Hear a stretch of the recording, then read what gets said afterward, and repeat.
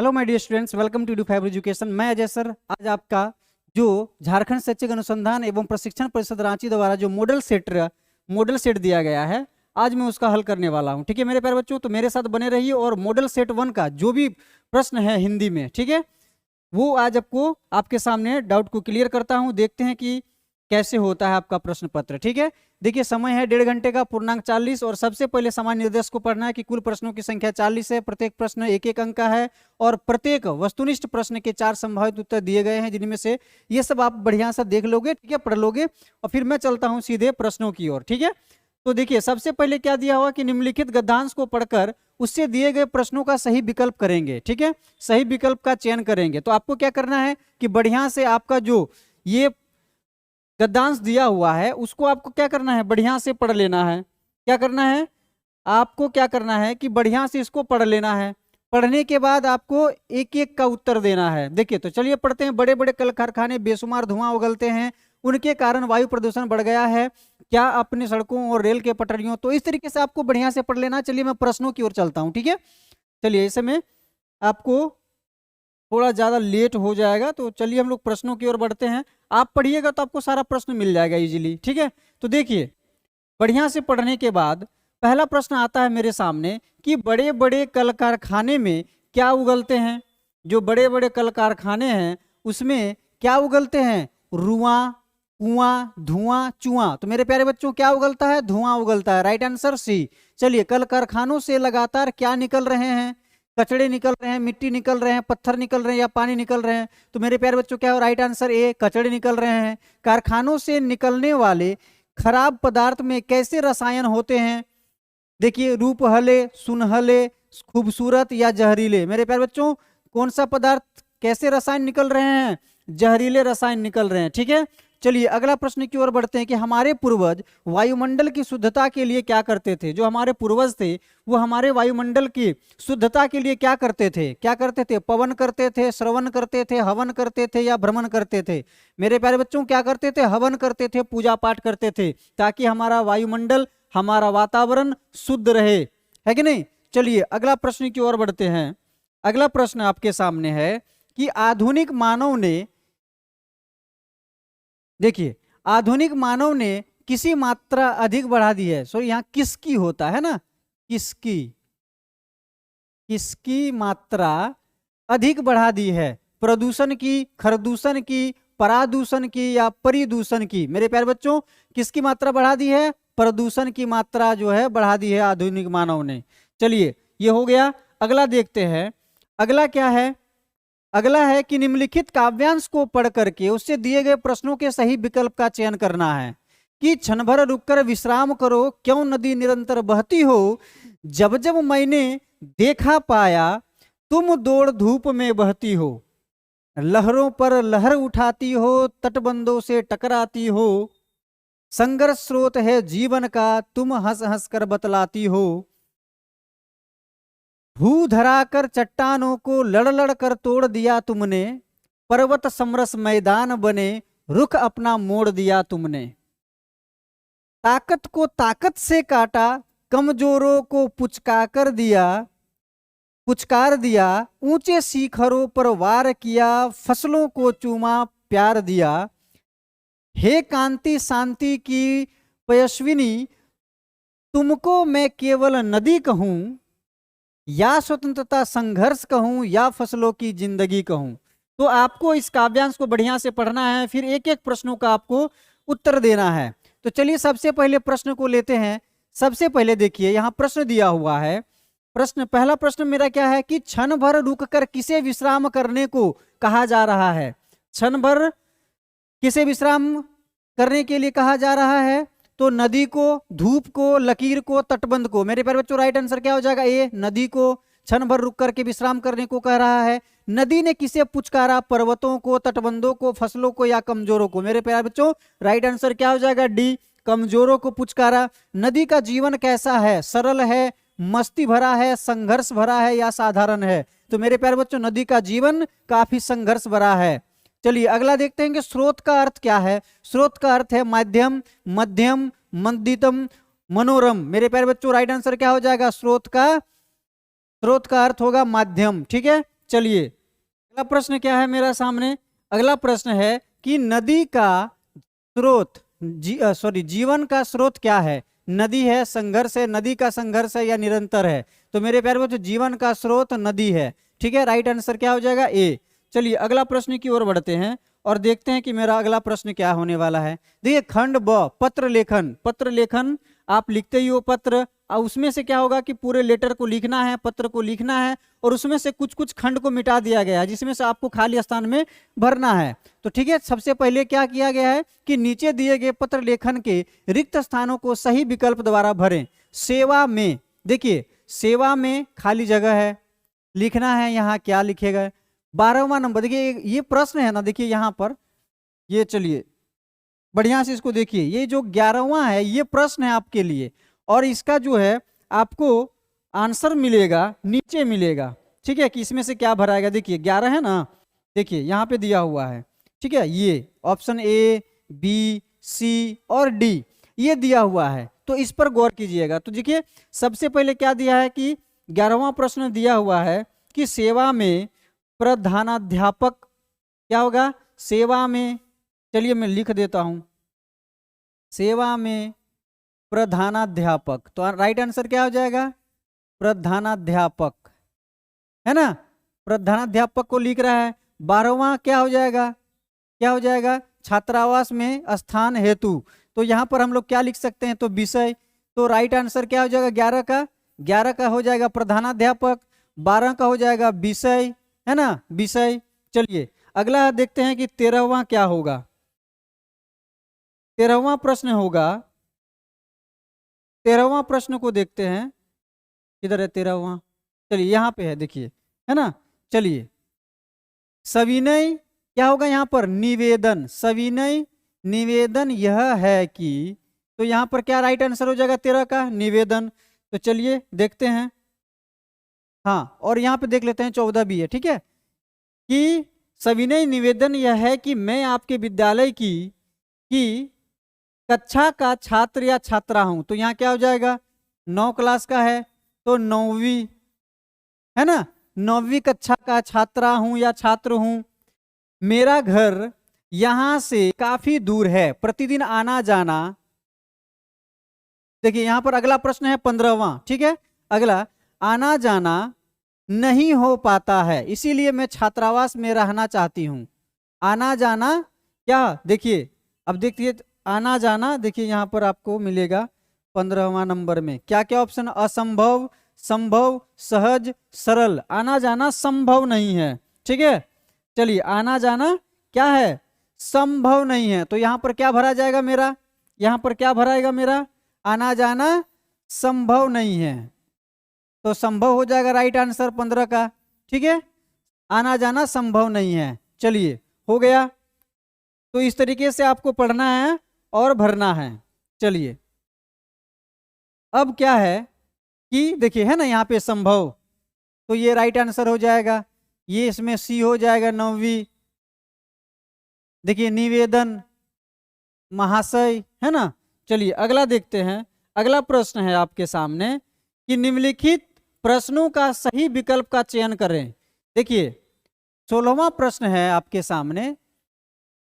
16वां प्रश्न क्या है कि अभिमान शब्द में मूल शब्द मान है, इसमें कौन सा उपसर्ग लगा है। तो मेरे प्यारे बच्चों मैंने क्या बताया था, उपसर्ग हमेशा कहाँ लगता है, पहले।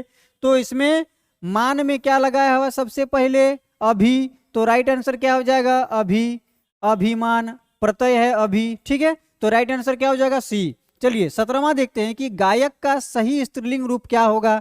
गायक का, गायिका, तो यहाँ पर देखिए गायकी है, गायिकी है, गायिका है और गायिकी है। मेरे प्यारे बच्चों राइट आंसर सी हो जाएगा, गायिका। ठीक है, चलिए अगला प्रश्न की ओर बढ़ते हैं और देखते हैं 18वां प्रश्न क्या है कि एक का बहुवचन क्या होगा। एक का बहुवचन अनेक, अनेकों, अनेका, एको। तो क्या हो जाएगा बताइए, एक का बहुवचन अनेक, एक का अनेक, राइट आंसर ए। चलिए अगला देखिए 19वां प्रश्न क्या है कि निम्नलिखित में से संख्यावाचक विशेषण कौन है। अब संख्यावाचक विशेषण किसे कहते हैं, ये तो आप पढ़े ही होंगे कि जिसमें संख्या का बोध हो। किसमें संख्या आ रहा है? सफेद कमीज में पता चल रहा है कितना संख्या? नहीं। लाल गुलाब में पता चल रहा है कितना संख्या? नहीं। 4 अमरूद में पता चल रहा है?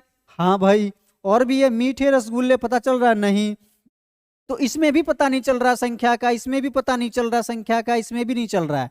तो एक जो है सी ऑप्शन, जिसमें 4 अमरूद यानी संख्यावाचक विशेषता यानी अमरूद की विशेषता बता रहा है कि इसमें 4 है, इसकी संख्या कितनी है?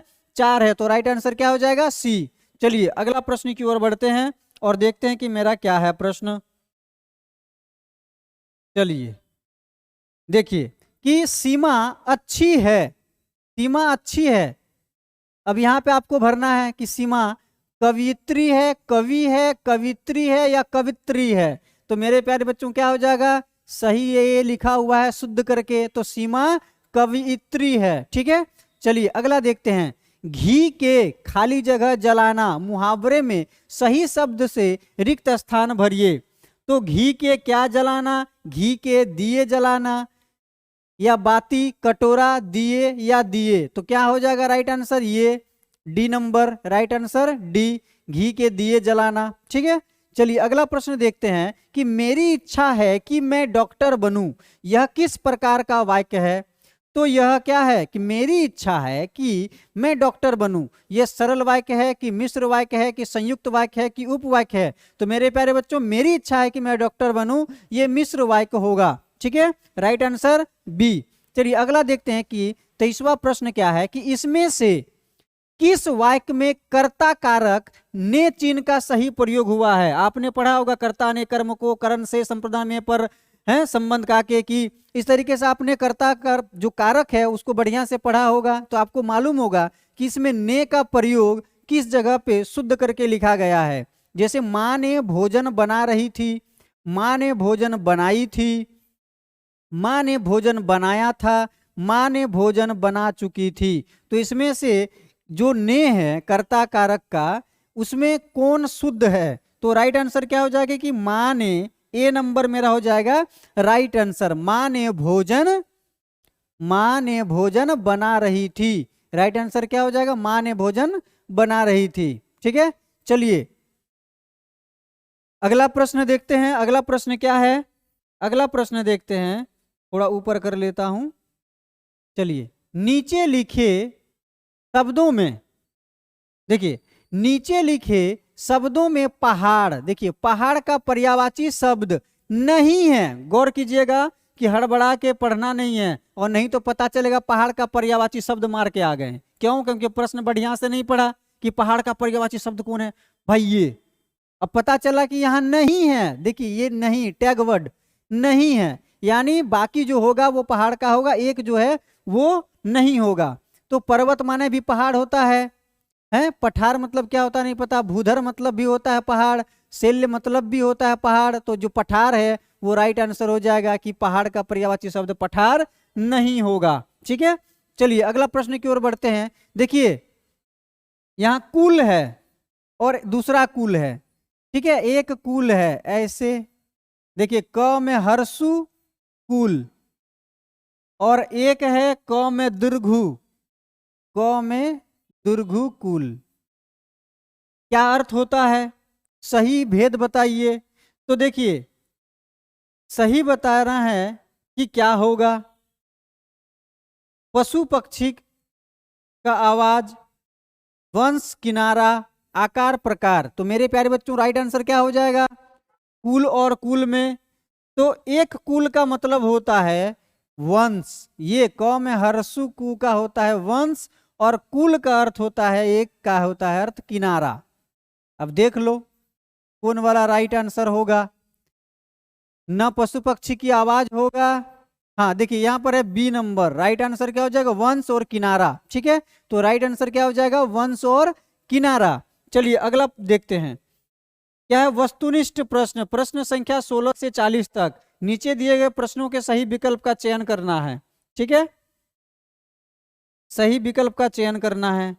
चलिए ये देखिए, 2 बैलों की कथा से पूछा गया है प्रश्न, और मैं आपको वो करवा चुका हूं। तो सारा प्रश्न यहीं से आया जो मैं आपको करवा चुका हूं।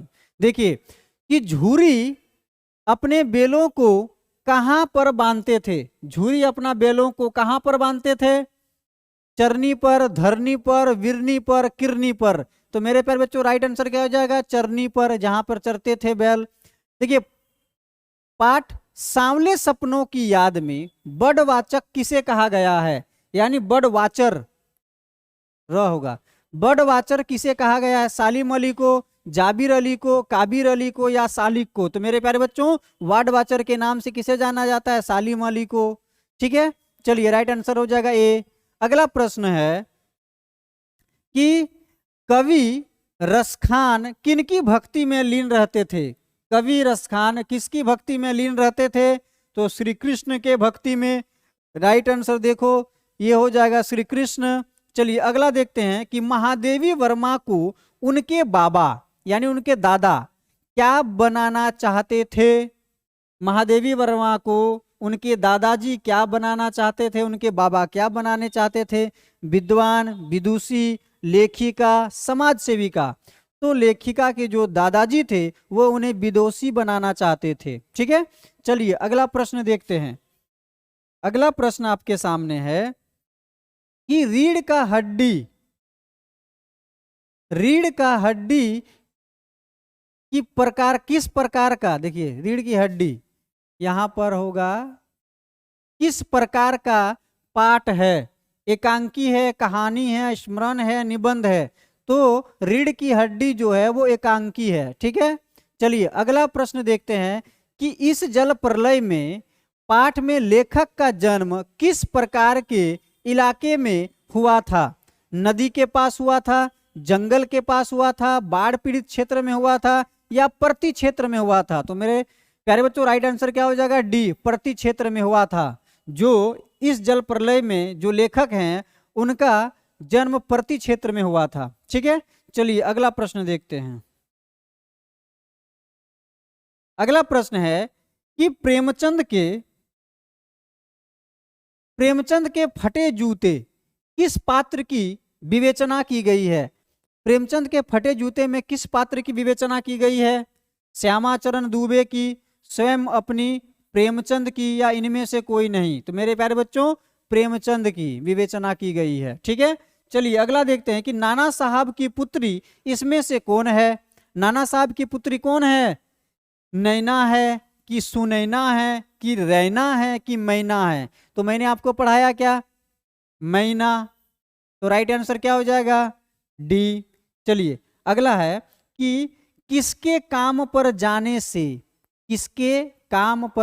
से मानसिक, बौद्धिक, शारीरिक विकास रुक जाता है? किसके काम पे जाने पर? देखते हैं। नागरिकों का, बच्चों का, आम आदमियों का, महिलाओं का? तो राइट आंसर क्या हो जाएगा? बच्चों का। B number is right. चलिए क्यों? क्योंकि अगर बच्चा जो कम उम्र में ही अगर काम पर जाएंगे, काम करेंगे तो उसका मानसिक जो है और बौद्धिक जो है और शारीरिक विकास क्या होता है? धीमा हो जाता है, रुक जाता है। ठीक है, चलिए अगला प्रश्न देखते हैं। अगला प्रश्न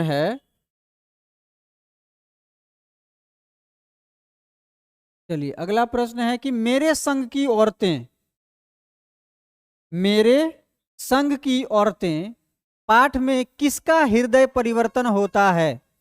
नौकर का, चोर का, मालिक का या मजदूर का? बताओ। मेरे संग की औरतें पाठ में किसका हृदय परिवर्तन हो जाता है? भाई चोर का।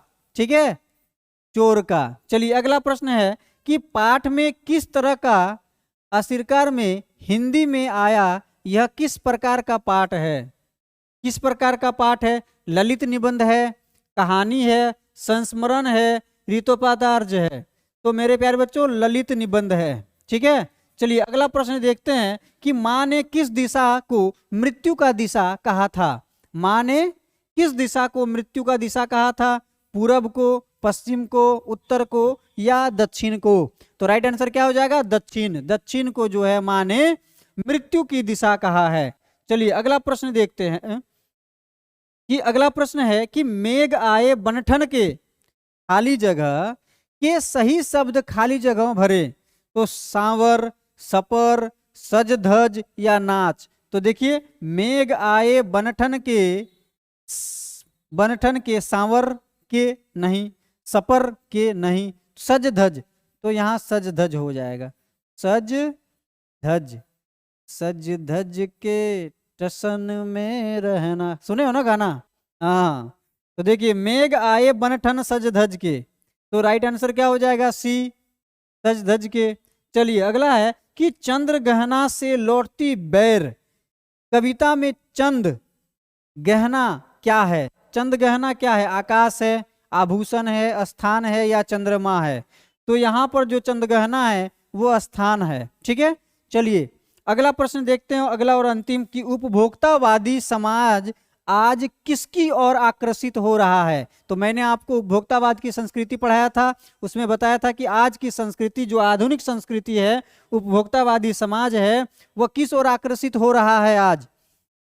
सिनेमा की ओर, अध्ययन की ओर, विज्ञापन की ओर या बाजार की ओर? तो मेरे प्यारे बच्चों किसकी ओर आकर्षित हो रहे हैं? तो विज्ञापन की ओर आकर्षित हो रहा है। तो राइट आंसर क्या हो जाएगा? सी, विज्ञापन की ओर आकर्षित हो रहा है आज का आधुनिक समाज, है कि नहीं? तो चलिए मैंने आपको मॉडल सेट का जितना भी प्रश्न है सबको क्लियर करवा चुका हूं। तो मेरे प्यारे बच्चों दूसरा जो मॉडल सेट है वो जस्ट कुछ सेकंड वीडियो में आपको जो है मॉडल सेट 2 मिल जाएगा, हिंदी का ही। ठीक है, तो चलिए सारे जो मॉडल सेट का मैं प्रश्न आपको बताया वो आप बढ़िया से कर जाना, और फिर आप बोलोगे वाह गुरुजी आपने तो कमाल कर दिया, मैंने पढ़ के गया था और एग्जाम जो आपने बताया था वो भी पढ़ा, और फिर हिंदी में मेरे इतने नंबर बना लिया मैं। ठीक है, तो चलिए आज का सेशन यहाँ पे समाप्त करते हैं, और वीडियो में जरूर लाइक कर देना, सब्सक्राइब कर देना, करते नहीं हो आप लोग, खैर बहुत सारे स्टूडेंट बिना बोले कर देते हैं, मुझे पता है आप लोग भी करोगे। ठीक है।